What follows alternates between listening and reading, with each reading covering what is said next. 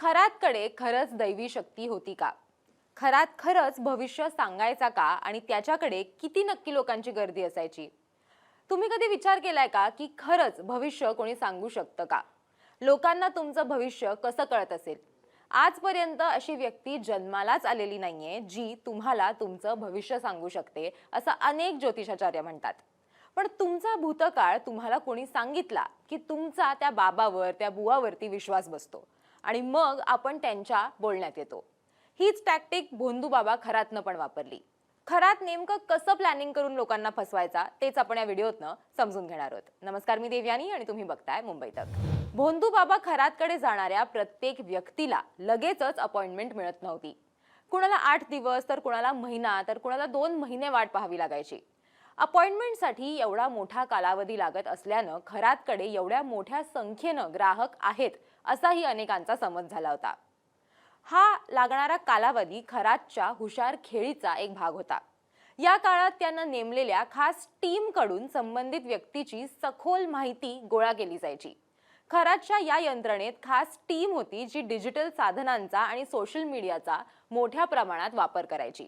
तुम्ही बरोबर ऐकताय, तोच अशोक खरात जो महिलांवरती अत्याचार करत होता. तो त्या महिलांना भेटण्याआधी किंवा तो एखाद्या कुटुंबाला भेटण्याआधी त्याची एक टीम होती, एक स्पेसिफिक वेगळी टीम होती जी या लोकांचं बॅकग्राऊंड चेक करायची, म्हणजे त्यांची माहिती गोळा करायची.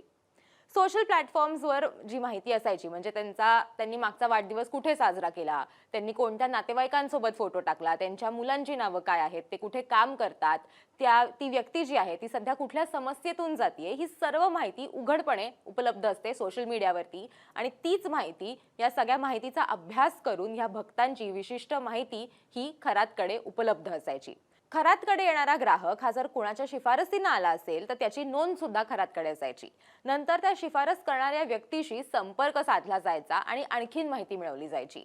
अनेकदा नातेवाईक, मित्र, परिचितांकडून सुद्धा ग्राहकांबद्दल खाजगी गोष्टी ज्या आहेत त्या जाणून घेतल्या जायच्या. त्यामुळे जेव्हा ग्राहक प्रत्यक्षात खरात समोर जाऊन बसायचा तेव्हा त्याच्याकडे त्या व्यक्तीबद्दल सगळी सविस्तर माहिती उपलब्ध असायची. भेटीच्या सुरुवातीच्या 5 मिनिटातच खरात त्याच्या दैवी शक्तीचा जो प्रभाव आहे तो दाखवायचा. तो त्यांची जन्मतारीख आणि मुलांची नावं घ्यायचा आणि नातेवाईकांचा उल्लेख करत किंवा एखादा असा जुना प्रसंग जो आहे तो लोकांना सांगायचा त्यांच्याच आयुष्यातला. आणि ते ऐकून ग्राहक जे आहेत ते प्रभावित व्हायचे आणि त्यांचा या खरात म्हणजे या भोंदू खरात बाबावरती त्यांचा विश्वास बसायचा. पण ही दैवी शक्ती नाही तर धूर्तपणे खेळलेली एक खेळी होती ज्याला ग्राहक बळी पडायचा आणि भोंदू खरात त्याचा फायदा उचलायचा. आता त्याची प्रोसिजर किंवा त्याच्या स्टेप्स काय होत्या बघा, की अपॉइंटमेंटसाठी 8 दिवस ते 2 महिन्यांचा कालावधी असायचा. भक्तांची माहिती गोळा करण्यासाठी त्यांनी एक स्वतंत्र टीम त्याची होती. सोशल मीडिया आणि डिजिटल प्लॅटफॉर्म्सचा तो हुशारीने या सगळ्यामध्ये वापर करायचा. शिफारसी करणारे नातेवाईकांकडून माहिती जी आहे ती गोळा करायचा. भेटीच्या पहिल्या 5 मिनिटात अचूक माहिती तो लोकांना सांगून त्यांचा विश्वास जो आहे तो संपादन करायचा. मानसशास्त्र व फेस रीडिंगचा प्रभावी उपयोग तो या सगळ्यामध्ये करायचा आणि विविध उपाय, पूजा, विधी याद्वारे तो लोकांची आर्थिक फसवणूक सुद्धा करायचा.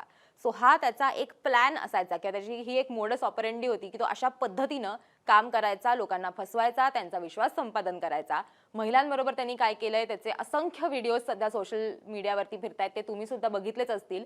पण त्यांनी फक्त महिलांना फसवलंय का, तर असं नाहीये. अनेक पुरुषांना सुद्धा त्यांनी फसवलेलं आहे. त्यांनी त्याची आर्थिक फसवणूक जी आहे ती खरातनं त्यांची केलेली आहे. किंवा ते जर त्याच्याकडे प्रश्न घेऊन आले तर त्यांना खडे देणं असेल, चिंचोका ज्या आहेत त्या पॉलिश करून हे काहीतरी काय खडा आहे किंवा आणखीन काही वेगळं आहे असं सांगून त्यांच्याकडनं साधारण लाखभर रुपये सुद्धा खरातनी घेतलेत, असे आरोप सुद्धा खरातवरती केले जात आहेत.